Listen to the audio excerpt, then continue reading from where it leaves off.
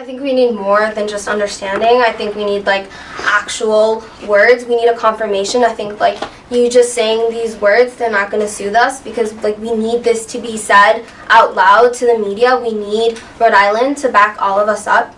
We need Rhode Island Democratic Party to back us up, because Rhode Island is suffering. So I think what you're saying is that like, yes, there's things being done, but that's not what we're asking. We're saying that that's not enough. We're saying that we need you to publicly say this. We need you to tell the DNC that citizens of Rhode Island, that us here, that we really care about climate change, about the climate crisis. And so I think you're also saying that a climate debate isn't necessary, and we strongly oppose that, because with the first debate that happened, there were less than 15 minutes dedicated to the climate crisis, and so clearly not enough things are being discussed. And this is like not a single issue.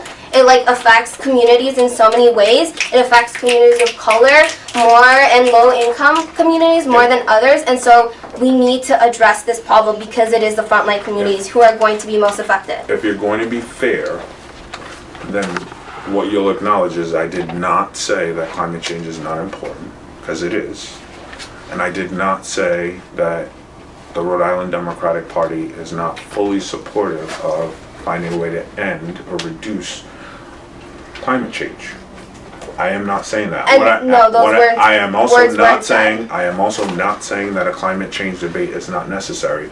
That's not my position, but it is also not my job as a staff person to make a public statement about climate change or the need for a climate change debate. That rests with the four folks that I talked about, and I am happy on your behalf to go to them and say, I met with a group of concerned citizens from Rhode Island who think this is a really important thing for you to be doing, and to say something publicly, and I will let them make the decision about what they think is in the best interest of the Rhode Island Democratic Party.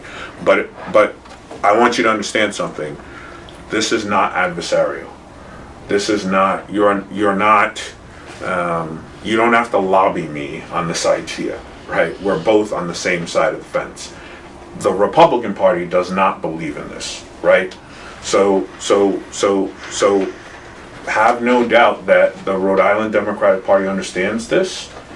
And while we may not be able singularly to get the DNC to change its mind about a climate change debate, we understand the need to be able to address this issue, to address it quickly and expeditiously, and I as a staff person will make sure that the chairman is fully aware of the idea that there are folks, not just you, but folks all across our state who think that this is an important issue, and that we need to be fighting to make sure that it gets the attention that it deserves during this presidential contest.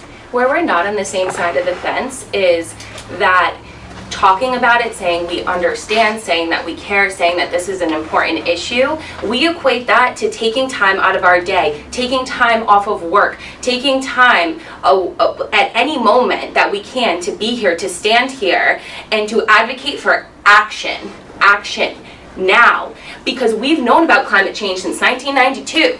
For even before that. So the thing of, oh, we understand, well, we have understood, and the action hasn't happened. We've been saying, oh, we need to take quick action. Everyone on this wall here has said we need to take quick action.